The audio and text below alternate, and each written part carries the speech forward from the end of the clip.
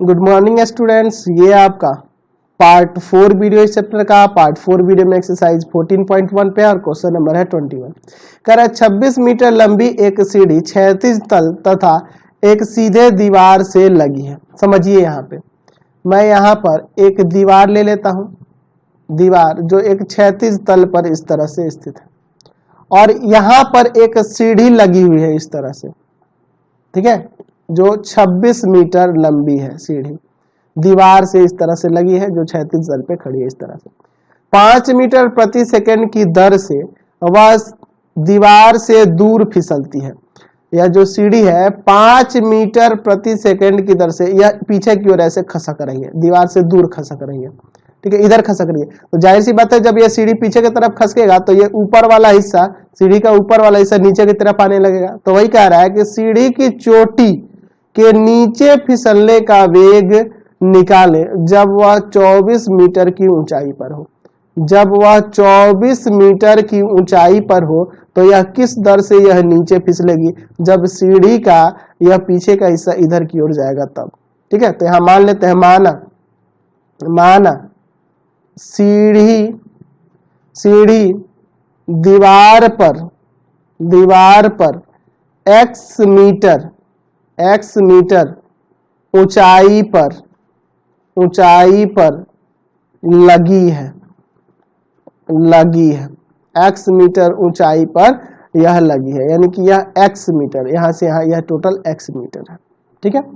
चलिए, तो हमें क्या निकालना है कि यही x किस दर से बदल रहा है, ये आपको निकालना है। हमें dx बट्टा dt का मान निकालना है जब x बराबर 24 मीटर है, ठीक है। हम यह मान लेते हैं कि सीढ़ी का पाद दीवार के पाद से y मीटर की दूरी पर है, यह y दूरी पर है।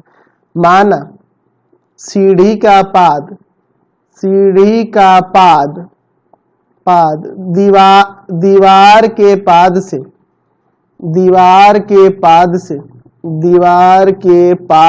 से y मीटर दूरी पर है, यानी यहाँ पर dy बटा dt क्या हो जाएगा? 5 मीटर प्रति सेकंड। 5 मीटर प्रति सेकंड के दर से ये इधर की ओर खसक रहा है तो ये दूरी बढ़ते जाएगा ना। चलिए, अब देखिए, अब यहाँ पे देखिए, यहाँ पहले आप y का वैल्यू निकाल लो। देखो, यह a है, यह b है और यह c है। तो मैं यहाँ अगर bc निकालना चाहूँ तो रूट अंडर ac का स्क्वायर माइनस ab का स्क्वायर हो जाएगा ना। चलिए, तो यहाँ से यह bc क्या है आपका y है ना, तो y बराबर रूट अंडर ac यानी कि 26 का स्क्वायर और माइनस 24 का स्क्वायर। 26 का स्क्वायर क्या होता है? 676, इसका 576 यानी कि रूट 100 यानी कि 10 आ जाएगा, 10 मीटर। और y बराबर यहाँ से क्या हो गया? 10 मीटर। अब देखो त्रिभुज ABC में, ठीक है, ABC में, चलिए देखो मैं यहाँ पे लिख सकता हूँ कि AB स्क्वायर प्लस में BC स्क्वायर बराबर में AC स्क्वायर। समझो यहाँ बात को, यहाँ अगर यह इधर की ओर खिसकेगा सीढ़ी तो y के मान में परिवर्तन आएगा और x के मान में परिवर्तन आएगा, सीढ़ी की ऊंचाई में तो कोई परिवर्तन नहीं आएगा। चलिए, तो AB को हम लोग x ले लेते हैं, x स्क्वायर, और यहाँ BC को y स्क्वायर, ठीक है, और बराबर में हो जाएगा 26 का स्क्वायर, क्योंकि इसके मान में कोई परिवर्तन नहीं आने वाला। अब इसे मैं डिफ्रेंशिएट करता हूँ, differentiating with respect to time t। इसका क्या हो जाएगा? 2x इंटू में dx बटा dt प्लस 2y इंटू में dy बटा में dt बराबर, ये कांस्टेंट है तो 0। तो 2x का वैल्यू कितना है? तो x का वैल्यू है 24 मीटर। अच्छा, dx बटा dt तो निकालना है, यह निकालना है, प्लस 2y का वैल्यू कितना है? 10 मीटर और dy बटा dt 5 मीटर प्रति सेकंड बराबर में 0। चलिए, अब इसको थोड़ा सा सॉल्व कर देते हैं।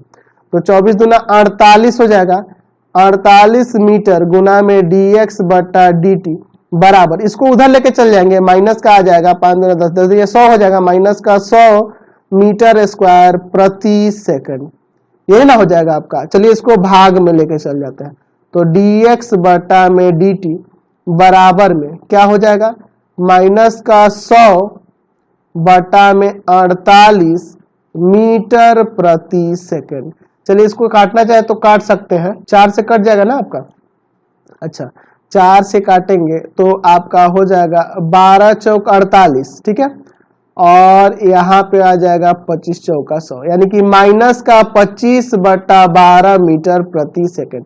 तो माइनस में इसलिए आ रहा है क्योंकि ऊंचाई घटते जा रही है ना जी, इसीलिए। तो आंसर आप 25 बटा 12 मीटर प्रति सेकंड लिख सकते हो, क्योंकि आपके क्वेश्चन में पूछ रहा है ना कि सीढ़ी की चोटी के नीचे फिसलने का वेग। तो यहां लिख सकते हैं कि सीढ़ी की चोटी